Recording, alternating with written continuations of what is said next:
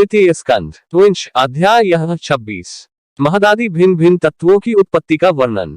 श्री भगवान ने कहा, माता जी, अब मैं तुम्हें प्रकृति आदि सब तत्वों के अलग अलग लक्षण बतलाता हूँ। इन्हें जानकर मनुष्य प्रकृति के गुणों से मुक्त हो जाता है। आत्मदर्शन रूप ज्ञान ही पुरुष के मोक्ष का कारण है और वही उसकी अहंकार रूप हृदय ग्रंथि का छेदन करने वाला है, ऐसा पंडित जन कहते हैं। उस ज्ञान का मैं तुम्हारे आगे वर्णन करता हूँ। यह सारा जगत जिससे व्याप्त होकर प्रकाशित होता है, वह आत्मा ही पुरुष है। वह अनादि निर्गुण, प्रकृति से परे, अंतःकरण में स्फुरित होने वाला और स्वयं प्रकाश है। उस सर्वव्यापक पुरुष ने अपने पास लीला विलास पूर्वक आई हुई अव्यक्त और त्रिगुणात्मिक वैष्णवी माया को स्वेच्छा से स्वीकार कर दिया। लीला परायण प्रकृति अपने सत्वादि गुणों द्वारा उन्हीं के अनुरूप प्रजा की सृष्टि करने लगी। यह देख पुरुष ज्ञान को आच्छादित करने वाली उसकी आवरण शक्ति से मोहित हो गया, अपने स्वरूप को भूल गया। इस प्रकार अपने से भिन्न प्रकृति को ही अपना स्वरूप समझ लेने से पुरुष प्रकृति के गुणों द्वारा किए जाने वाले कर्मों में अपने को ही कर्ता मानने लगता है। इस कर्तृत्वाभिमान से ही कर्ता, स्वाधीन, साक्षी और आनंद स्वरूप पुरुष को जन्म मृत्यु रूप बंधन एवं स्वतंत्रता की प्राप्ति होती है। कार्य रूप शरीर, कारण रूप इंद्रिय तथा कर्ता रूप इंद्रियाधिष्ठात्र देवताओं में पुरुष जो अपनेपन का आरोप कर लेता है, उसमें पंडित जन प्रकृति को ही कारण मानते हैं तथा वास्तव में प्रकृति से परे होकर भी जो प्रकृतिस्थ हो रहा है, उस पुरुष को सुख दुखों के भोगने के कारण मानते हैं। देवहूति ने कहा, पुरुषोत्तम, इस विश्व के स्थूल सूक्ष्म कार्य जिनके स्वरूप है तथा जो इसके कारण है, उन प्रकृति और पुरुष का लक्षण भी आप मुझसे कहिए। श्री भगवान ने कहा, जो त्रिगुणात्मक, अव्यक्त, नित्य और कार्य कारण रूप है तथा स्वयं निर्विशेष होकर भी संपूर्ण विशेष धर्मों का आश्रय है, उन प्रधान नामक तत्व को ही प्रकृति कहते हैं। 5 महाभूत, 5 तन्मात्रा, 4 अंतःकरण और 10 इंद्रिय, इन 24 तत्वों के समूह को विद्वान लोग प्रकृति का कार्य मानते हैं। पृथ्वी, जल, तेज, वायु और आकाश ये 5 महाभूत हैं। गंध, रस, रूप, स्पर्श और शब्द ये 5 तन्मात्र माने गए हैं। श्रोत्र, त्वचा, चक्षु, रसना, नासिका, वाक, पानी, पाद, उपस्थ और पायु ये 10 इंद्रियां हैं। मन, बुद्धि, चित्त और अहंकार, इन 4 के रूप में एक ही अंतःकरण अपनी संकल्प, निश्चय, चिंता और अभिमान रूप 4 प्रकार की वृत्तियों से लक्षित होता है। इस प्रकार तत्वज्ञानी पुरुषों ने सगुण ब्रह्म के सन्निवेश स्थान इन 24 तत्वों की संख्या बतलाई है। इनके सिवा जो काल है वो 25वां तत्व है। कुछ लोग काल को पुरुष से भिन्न तत्व न मानकर पुरुष का प्रभाव अर्थात ईश्वर की संहारकारिणी शक्ति बताते हैं, जिससे माया के कार्य रूप देहादि में आत्मत्व का अभिमान करके अहंकार से मोहित और अपने को कर्ता मानने वाले जीव को निरंतर भय लगा रहता है। मनुपुत्री, जिनकी प्रेरणा से गुणों की साम्यावस्था रूप निर्विशेष प्रकृति में गति उत्पन्न होती है, वास्तव में वे पुरुष रूप भगवान ही काल कहे जाते हैं। इस प्रकार जो अपनी माया के द्वारा सब प्राणियों के भीतर जीव रूप से और बाहर काल रूप से व्याप्त हैं, वे भगवान ही 25वें तत्व हैं। जब परम पुरुष परमात्मा जीवों के अदृष्टवश क्षोभ को प्राप्त हुई संपूर्ण जीवों की उत्पत्ति स्थान रूपा अपनी माया में चित्शक्ति रूप वीर्य स्थापित किया, तो उससे तेजो में महत्तत्व उत्पन्न हुआ। लय विक्षेपादि रहित तथा जगत के अंकुर रूप इस महत्तत्व ने अपने में स्थित विश्व को प्रकट करने के लिए अपने स्वरूप को आच्छादित करने वाले प्रलयकालीन अंधकार को अपने ही तेज से पी लिया।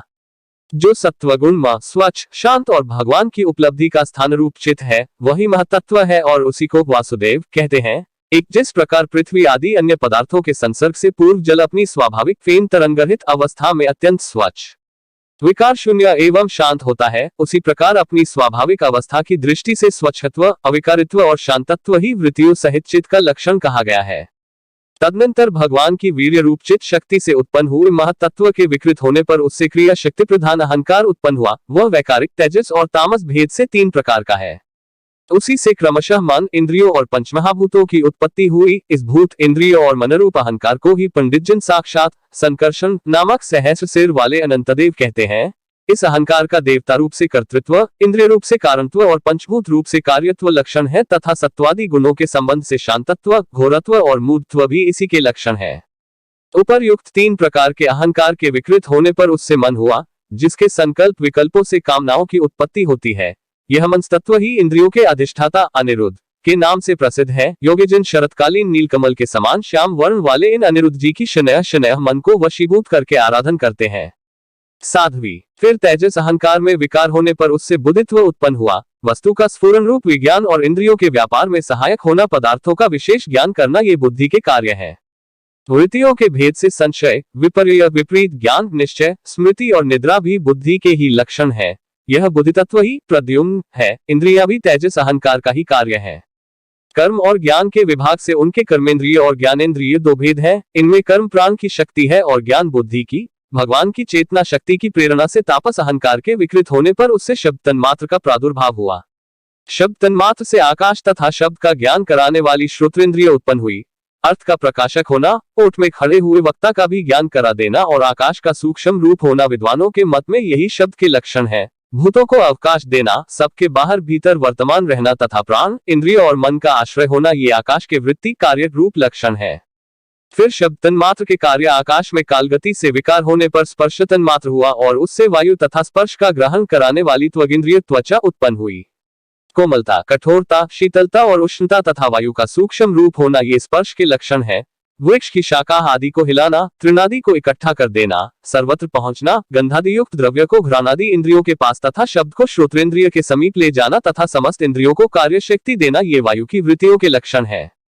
तदनंतर दैव की प्रेरणा से स्पर्श तन्मात्रा विशिष्ट वायु के विकृत होने पर उससे रूप तन्मात्र हुआ तथा उससे तेज और रूप को उपलब्ध कराने वाली नेत्रेंद्र का प्रादुर्भाव हुआ।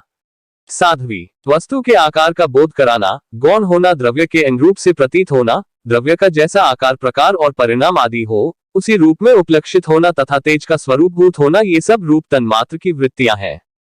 चमकना, पकाना, शीत को दूर करना, सुखाना, भूख प्यास पैदा कराना ये तेज की वृत्तियां हैं। फिर दैव की प्रेरणा से रूप तन्मात्र में तेज के विकृत होने पर उससे रस तन्मात्र हुआ और उससे जल तथा रस को ग्रहण कराने वाली रसनेन्द्रिय जिह्वा उत्पन्न हुई। रस अपने शुद्ध स्वरूप में एक ही है, किंतु अन्य भौतिक पदार्थों के संयोग से वह कसला, मीठा, तीखा, कड़वा, खट्टा और नमकीन आदि कई प्रकार का हो जाता है। गीला करना, मिट्टी आदि को पिंडाकार बना देना, तृप्त करना, जीवित रखना, प्यास बुझाना, पदार्थों को मृदु कर देना, ताप की निवृत्ति करना और कूप आदि में से निकाल लिए जाने पर भी वहां बार बार पुनः प्रकट हो जाना ये जल की वृत्तियां हैं। इसके पश्चात दैव प्रेरित रस स्वरूप जल के विकृत होने पर उससे गंध तन्मात्र हुआ और उससे पृथ्वी तथा गंध को ग्रहण कराने वाली घ्राणेन्द्रिय प्रकट हुई। गंध एक ही है, तथापि परस्पर मिले हुए द्रव्य भोगों की न्यूनाधिकता से वह मिश्रित गंध, दुर्गंध, सुगंध, मृदु, तीव्र और अमल, खट्टा आदि अनेक प्रकार का हो जाता है। प्रतिमादि रूप से ब्रह्म की साकार भावना का आश्रय होना, जल आदि कारण तत्वों से भिन्न किसी दूसरे आश्रय की अपेक्षा किए बिना ही स्थित रहना, जल आदि अन्य पदार्थों को धारण करना, आकाश आदि का अवच्छेदक होना, घटाकाश, मठाकाश आदि भेदों को सिद्ध करना तथा परिणाम विशेष से संपूर्ण प्राणियों के स्त्रीत्व, पुरुषत्व आदि गुणों को प्रकट करना ये पृथ्वी के कार्यरूप लक्षण है। आकाश का विशेष गुण शब्द जिसका विषय है वह श्रोत्रेंद्रिय है। वायु का विशेष गुण स्पर्श जिसका विषय है वह त्वगिंद्रिय है। तेज का विशेष गुण रूप जिसका विषय है वह नेत्रेंद्रिय है। जल का विशेष गुण रस जिसका विषय है वह रसनेन्द्रिय है और पृथ्वी का विशेष गुण गंध जिसका विषय है उसे घ्राणेन्द्रिय कहते हैं। वायु आदि कार्य तत्वों में आकाश आदि कारण तत्वों के रहने से उनके गुण भी अनुगत देखे जाते हैं। इसलिए समस्त महाभूतों के गुण शब्द, स्पर्श, रूप, रस और गंध केवल पृथ्वी में ही पाए जाते हैं। जब महतत्व, अहंकार और पंचभूत ये 7 तत्व परस्पर मिल न सके, पृथक पृथक ही रह गए, तब जगत के आदिकारण श्रीनारायण ने काल, अदृष्ट और सत्वादि गुणों के सहित उसमें प्रवेश किया। फिर परमात्मा के प्रवेश से क्षुब्ध और आपस में मिले हुए उन तत्वों से एक जड़ अंड उत्पन्न हुआ। उस अंड से इस विराट पुरुष की अभिव्यक्ति हुई। इस अंड का नाम विशेष है। इसी के अंतर्गत श्रीहरि के स्वरूप भूत 14 भुवनों का विस्तार है। यह चारों ओर से क्रमशः एक दूसरे से 10 गुने जल, अग्नि, वायु, आकाश, अहंकार और महत्तत्व इन 6 आवरणों से घिरा हुआ है। इन सबके बाहर 7वां आवरण प्रकृति का है। कारणमय जल में स्थित उस तेजो में अंश से उठकर उस विराट पुरुष ने पुनः उसमें प्रवेश किया और फिर उसमें कई प्रकार के छिद्र किए। सबसे पहले उसमें मुख प्रकट हुआ, उससे वाक इंद्रिय और उसके अनंतर वाक का अधिष्ठाता अग्नि उत्पन्न हुआ। फिर नाक के छिद्र नथुने प्रकट हुए, उनसे प्राण सहित घ्राणेन्द्रिय उत्पन्न हुई। घ्राण के बाद उसका अधिष्ठाता वायु उत्पन्न हुआ। तत्पश्चात नेत्रगोलक प्रकट हुए, उनसे चक्षु इंद्रिय प्रकट हुई और उसके अनंतर उसका अधिष्ठाता सूर्य उत्पन्न हुआ। फिर कानों के छिद्र प्रकट हुए, उनसे उनकी इंद्रिय श्रुत और उसके अभिमानी दिग्देवता प्रकट हुए। इसके बाद उस विराट पुरुष के त्वचा उत्पन्न हुई, उससे रोम, मूंछ, दाढ़ी तथा सिर के बाल प्रकट हुए और उनके बाद त्वचा की अभिमानी औषधियां, अन्न आदि उत्पन्न हुई। इसके पश्चात लिंग प्रकट हुआ, उससे वीर्य और वीर्य के बाद लिंग का अभिमानी आपोदेव जल उत्पन्न हुआ। फिर गुदा प्रकट हुई, उससे अपान वायु और अपान के बाद उसका अभिमानी लोगों को भयभीत करने वाला मृत्यु देवता उत्पन्न हुआ। तदनंतर हाथ प्रकट हुए, उनसे बल और बल के बाद हस्तेन्द्रिय का अभिमानी इंद्र उत्पन्न हुआ। फिर चरण प्रकट हुए, उनसे गति गमन की क्रिया और फिर पादेन्द्रिय का अभिमानी विष्णु देवता उत्पन्न हुआ।